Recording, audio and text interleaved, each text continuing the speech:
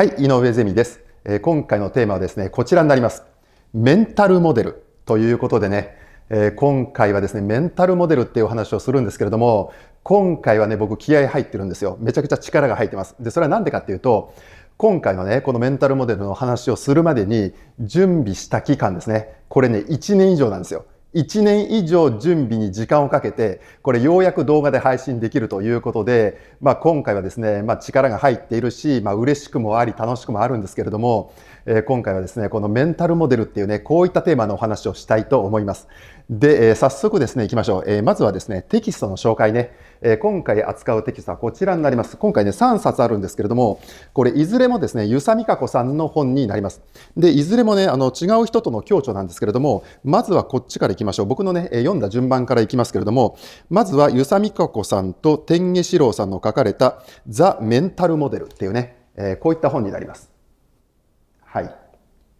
で、僕はですね、これを読んでね、で、ここからこれすごいぞということになって、で、次はですね、2冊目こちら読んだんですよ。で、これはですね、遊佐美香子さんと中村真也さんの書かれたザ・メンタルモデルワークブックというね、こういった本になります。はい。で、2冊目でね、僕はこちらをね、これに続けてこちらも読んで、で、こっちはですね、ワークブックになってるんですね。なので、こちらで自分事として腑に落とせるんですよ。めちゃくちゃ理解が深まって、で、こちらを読んでね、僕はね、もう衝撃受けましたね。衝撃。自分の中にこんな自分がいたのかっていうこの衝撃ね。そういった衝撃を受けた本なんですが、これはすごいです。これめちゃくちゃすごい。で、この2冊で、いいんですけれども、僕はね、補足的な位置づけですね。そういった形で3冊目でこれ読んだんですよ。で、これは遊佐美香子さんと前野隆さんの書かれた、無意識が分かれば人生が変わるっていうね、こういった本です。はい。で、これはですね、対談本なんですよね。で、これを今回はね、こちらの2冊の補足としてね、使ったということになります。ということでね、今回はこのテキスト3つですね。3つを自分なりに整理して、これをね、どれだけ分かりやすく伝えられるかなということでね、今回はロングバージョンになっているんですけれども、このね、お話を丁寧に今回はしていきたいと思います。で、今回ですね、こちらのね、メンタルモデルっていうのは、僕のジャンルで言ったら対話コミュニケーションに入ると思うんですけれども、でもこれは対話コミュニケーションのジャンルね、井上ゼミでは普段見ないという方も、これはもう全ての人に僕は見てほしいと思います。なので普段ですね、哲学とか分子栄養学とかね、他の動画を見ている方もですね、ぜひこちらのメンタルモデルは聞いていってほしいと思います。これはもう全ての人と言ってもいいと思います。僕はもう 99.9% の人に当てはまる話だと思うので、なので今回ね、お話を聞いていく中で、もう絶対に自分事としてもう感覚的に分かる部分がめちゃくちゃあると思うので、そういったね、自分事に落とし込みながらですね、聞いていただきたいし、そして興味を持たれたらですね、こちらの本、ぜひね、読んでいただきたいと思います。で、特にこちらのワークブックですね。これね、こちらのワークブックはぜひやってほしいと思います。なので今回の井上ゼミの動画はね、もう全ての人に見てほしいんですけれども、特にその中でもね、こちらで遊佐さんが言われていたんですけれども、こちらの本を読んでほしい人ですね。読んでほしい人で、とりわけこんな人に読んでほしいっていうことを言われてたんですけれども、例えば、競争社会に疲れて、がむしゃらに働くことに疑問を感じ始めている人ね。こういった方であるとか、あるいは資本主義経済のあり方に違和感を覚えている人ね。こういった方、もしくは人間としての生き方を模索しているというね、これから自分はどういうふうに生きていったらいいんだろうというところで模索している人ですよね。そういった方にも読んでほしいし、で、それから、とにかく生きづらい、毎日が楽しくない、全然生き生きしてこないっていう人ね、そういった方にもぜひね、こちら読んでほしいと思います。絶対にこちらはもう何かしらの気づきがあると思います。で、それはね、僕、自分事で言うとですね、これはね、なんでこれだけね、僕が今回力入ってるかっていうと、これね、僕特にね、こちらを読んで衝撃を受けて、で、さらにこちらのワークブックやったんですよ。で、このワークブックやって、で、僕がですね、そこでね、めちゃくちゃ深い気づきを得たんですよ。自分の中でね。あ、自分の中にはこんな自分がいたのかというね。そういったことをめちゃくちゃ深いレベルで気づかせてくれたんですよ。で、めちゃくちゃ腑に落ちたんですよ。今までの人生経験がね。なのでそれはね、言ったらですね、12年ぶりですよ。12年ぶりに深い気づきを与えてくれたんですよ。僕にね。で、それはね、この気づきっていうのは2023年なんですよ。なので、一昨年ですね。一昨年2023年に僕はこちらの本を読んで、深い気づきを12年ぶりに得たわけですね。ということは、その前の12年前には何があったかっていうと、そこにも深い気づきがあって、で、それは学習する組織っていう本を読んでね、僕は深い気づきを得たんですけれども、その時にはね、僕の絶望という経験があったんだけど、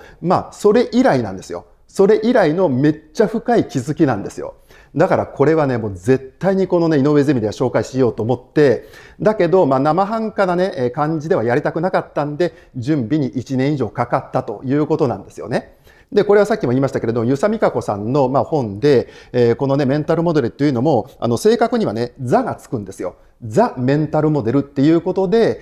この名前で遊佐さんがね、独自に体系化したというかね、このメンタルモデルっていうのを開発していったというような人なんですけれども、正確にはザがついてザ・メンタルモデルということなんですね。で、このね、遊佐さんの関連動画ではですね、こちらあるんですよ。お金とは何かというね、僕の動画があるんですけれども、その時にテキストにしたのがこちらの遊佐美香子さんの書かれた、お金の不安と恐れから自由になるっていうね、こちらの本なんですよ。はい。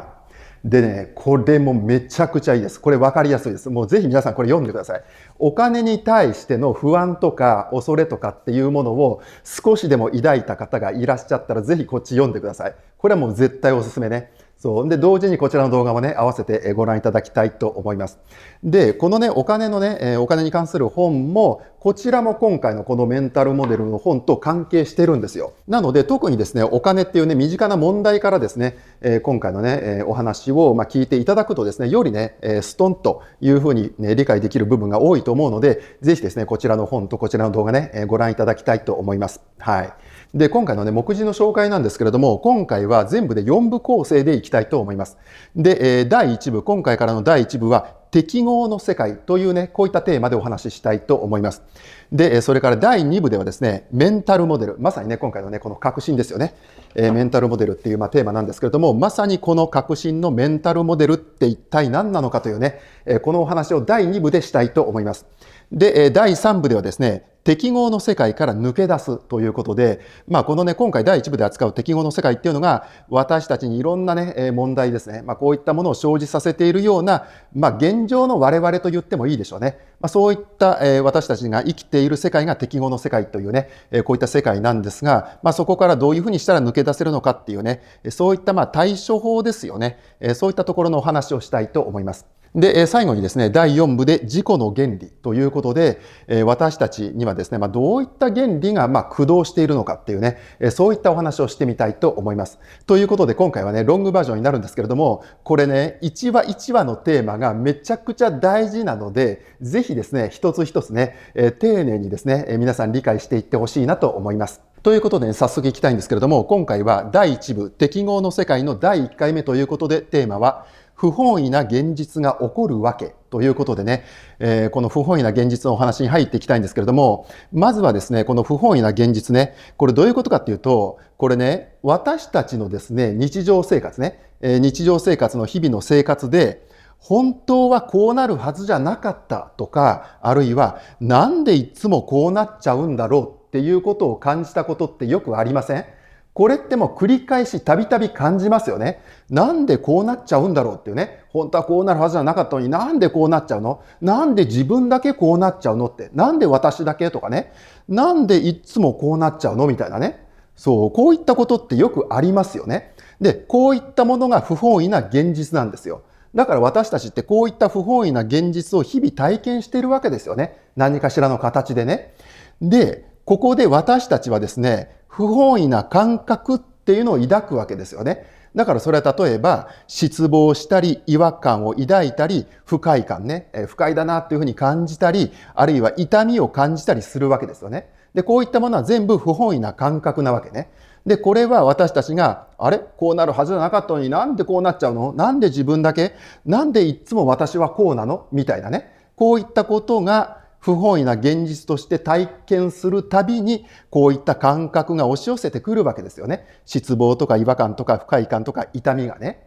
で、ここでね、押さえておきたいことはこういうことなんですよ。不本意な現実っていうのは、すべて自分が作り出しているということなんですよ。で、これがね、めちゃくちゃ重要なんですけど、なんでかというと、私たちは日々ね、この不本意な現実が起こるときに、すべてそれが自分が作り出していることだとは思っていないからなんですよ。大体は、あいつがこうやったとかね、あいつのせいでとか、大体人のせいにしてるんですけど、あいつがああやったから、あっちからこっちになんかやられちゃったみたいなね。こういったことで捉えているからなんですよ。でも本当は違うんです。本当はその不本意な現実っていうのは全て自分自身が作り出しているっていうことなんですよ。だからここめちゃくちゃ大事ね。まずここめっちゃ大事です。で、ところがね、今言ったように私たち、普段の私たちっていうのは不本意な現実が自分とは何の因果関係もなく起きてしまったっていうふうに捉えるんですよね。起きちゃったっていうふうに捉えるわけですよ。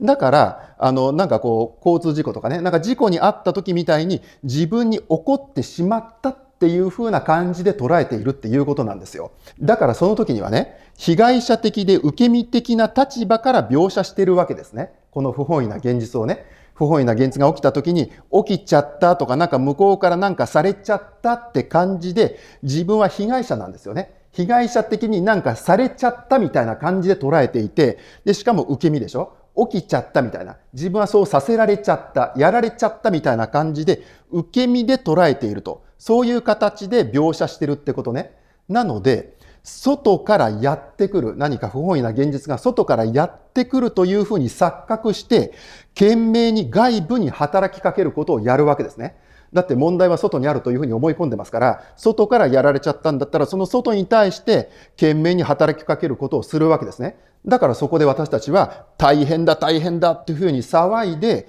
解決なき泥沼の格闘を続けて、そしてやがて死んでいくということなんですよね。だからずっとこの不本意な現実を私たちはずっと繰り返している。これはね、一人の一生でもそうなんですけど、これ世代を超えてずっと連鎖してずっとこれをやり続けているということなんですよ。だからこの不本意な現実が絶えないわけですね。ずっとこっちでやってるからね。でも大事なことはここですよね。不本意な現実は全て自分自身が作り出しているということなんですね。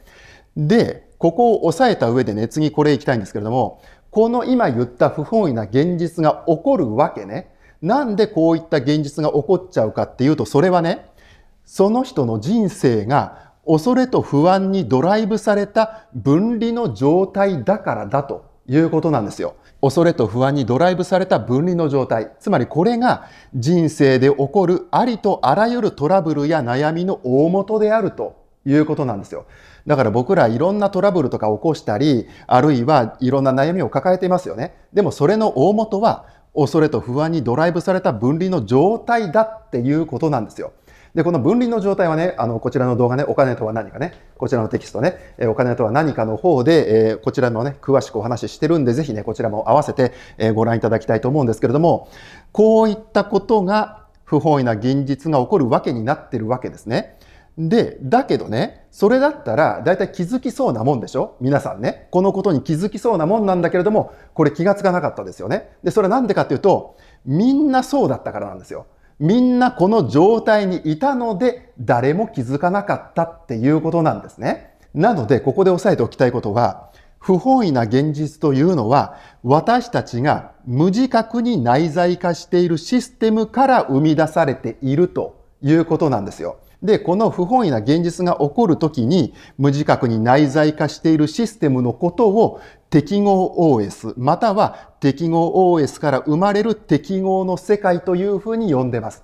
で、このね、適合 OS とか適合の世界っていうのは、これからね、よくね、このお話で出てくるので、ぜひこの言葉覚えてください。私たちは不本意な現実をね、たくさん体験してますよね。し続けてますよね。で、それは恐れと不安にドライブされた分離の状態であって、しかも、それっていうのは無自覚に内在化しているシステムから生み出されている。で、そのことを適合 OS とか、それによって生まれる適合の世界というふうに呼んでるよということですね。だから私たちはですね、この適合 OS の存在を全く知らないまま自動化されたシステムの中で普段生きてるわけですね。こういうことなんですよ。これが私たちの日常生活ね。だから不本意な現実がめちゃくちゃ起きまくって、それがずっと続くわけですね。こういうことなんですよ。でね、じゃあね、今ね、言ったような不本意な現実を生み出すこの分離の状態とか、あるいはこの適合 OS ね、もしくは適合の世界っていうのは、どこでどのようにして生まれるんですかと言いますと、それは、ここめっちゃ大事ですよ。それはね、幼少期のどこかで起きた痛みを感じる体験が起点にあるということなんですよ。幼少期、私たちのちっちゃい頃ね、私たちが小さい頃に、そのどこかで起きた、これは必ずどこかで起きてるんですよ。どこかで起きた痛みを感じる体験ね、これが起点にあるんですよ。これが起点にあって、そこから生み出されている結果が不本意な現実ということなんですね。で、これを生きている世界が適合 OS、もしくは適合の世界と呼ばれてるんですよ。で、じゃあね、このね、痛みを感じる体験、幼少期にあった痛みを感じる体験の、この痛みの体験ね、これって何なのっていうお話をしますけれども、この痛みの体験っていうのはですね、こういうことなんですよ。自分の内側で、この世界にあるはずだというふうに思っていたものが、自分が生まれたこの世界にはないというね、ない。そしてそれに対して自分はどうすることもできないんだというこの無力感を伴う欠乏欠損の体験のことね。これを痛みの体験というふうに言ってるわけなんですよ。で、これは幼少期のどこかで必ず皆さんにも僕にも起きてるんですね。これなんですよ。だからこれは言い換えるとこういうことね。自分があるはずだと願っているものがないという体験なんですね。これが痛みの体験なんですよ。で、このね、じゃあ、あるはずだっていうふうに思っていたもの、つまり欲しかったものって一体何なのって言いますと、これ2つあるんですよ。で、それは何かっていうと、1つは、存在に対する無条件の愛への信頼なんですよ。つまり、自分はありのままで愛されているっていうことね。これなんです。これが1つ。で、もう1つは、自分の居場所やつながりを感じることから得られる安心感なんですね。だからそれは例えば絶対的なつながりがあるっていう安心感ですね。だからこの2つね、存在に対する無条件のですよ。無条件の愛への信頼と、そして自分の居場所やつながりを感じることから得られる安心感ね。そこには絶対的なつながりがあるんだという安心感ね。この2つがこのあるはずだと思っていたもの、もしくは欲しいものなんですね。なので、この2つが自分のいる環境や関係性にはないっていうのが痛みの体験だと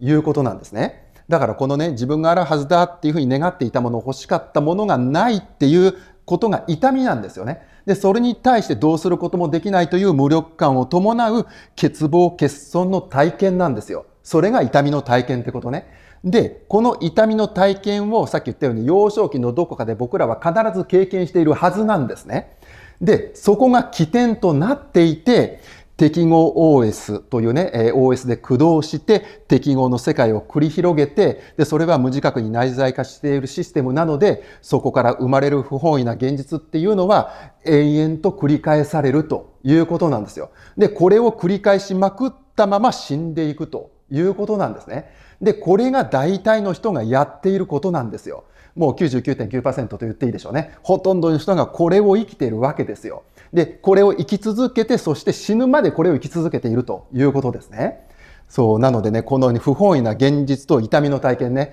これはもうメンタルモデルで一番最初に押さえておくことですね。押さえておくこととして、今回はこのお話をしたんですけれども、ぜひですね、こちらで今回ね、アンダーライン引いたところはもう特に重要なんですが、このね、不本意な現実とそれが起こるわけ、そしてそこの大元にある痛みの体験ね、ここはぜひね、土台として、イントロですからね、今回のメンタルモデルの土台として、ぜひね、押さえてほしいと思います。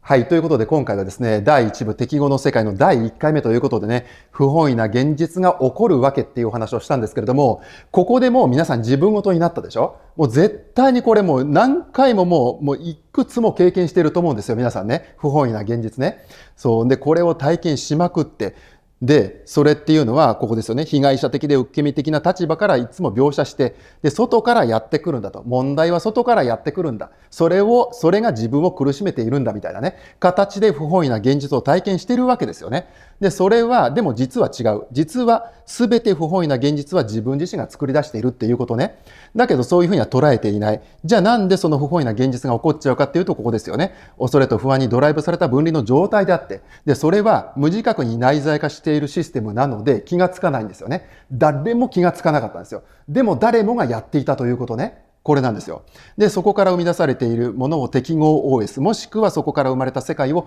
適合の世界というふうに呼んでいて、大体私たちは自動的にね、ここが駆動してて、そこに自覚がないんで、ずっとこの適合の世界を生き続けているっていうことなんですよ。で、その起点はどこにあるかというと、それは幼少期に起きた痛みを感じる体験だということね。つまりこの痛みの体験というのは無力感を伴う欠乏欠損の体験。つまりあるはずだと願っていた欲しかったものがこの世界にはなかったというのが痛みなんですよ。で、その痛みの体験を幼少期のどこかで必ず私たちはしているということなんですね。ということでね、ここはね、ぜひね、押さえてほしいんですけれども、次回はですね、痛みの回避行動ということで、今回ここで痛みの体験が出てきましたよね。で、この痛みの体験が起点になっているということで、不本意な現実が起こるね、この起点になっているということで、じゃあそこからどういうふうにこの不本意な現実をね、私たちは生み出しているかというね、そういったお話を次回したいと思います。はい。ということでね、今回はね、めちゃくちゃ面白いんでね、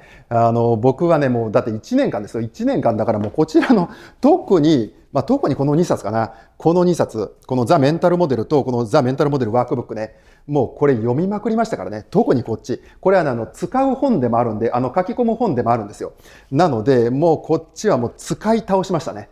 使い倒して、しかもこれをまとめるために、もう何回も読み直しましたからね。そう、それだけこれめちゃくちゃ深いし、多分ね、ここでもね、読んでほしい人っていうことはゆささん挙げてますけど、特にもう今の生き方とか、今の社会のあり方にもう少しでも疑問を感じていて、これ違うなとかね、あるいはもうここですよね、違和感とか感じていたりね、これからね、どうしていったらいいかとかね。で、あとはもうとにかく生きづらいとか、毎日楽しくないとか、全然生き生きしてこないとかね。これも今の日本だったら多いんじゃないですか？ほとんどの人こうなっちゃってません？ね。でもなんかそのためにお金稼がないといけないんだとかね、いうふうに思ってる人はこちらのお金とは何かの動画ね、こちらとあとこの本読んでいただきたいし、で、そこからのこれね、繋がってるんで、この話とメンタルモデルは完全に繋がっているんで、こちらから読んでいただいてもいいんですけど、もうこちらはもうそれだけもうめちゃくちゃ重要ですよ。だからこちらの本と、今回の僕のお話ね、これを自分事として感じない人は僕はいないと思いますね。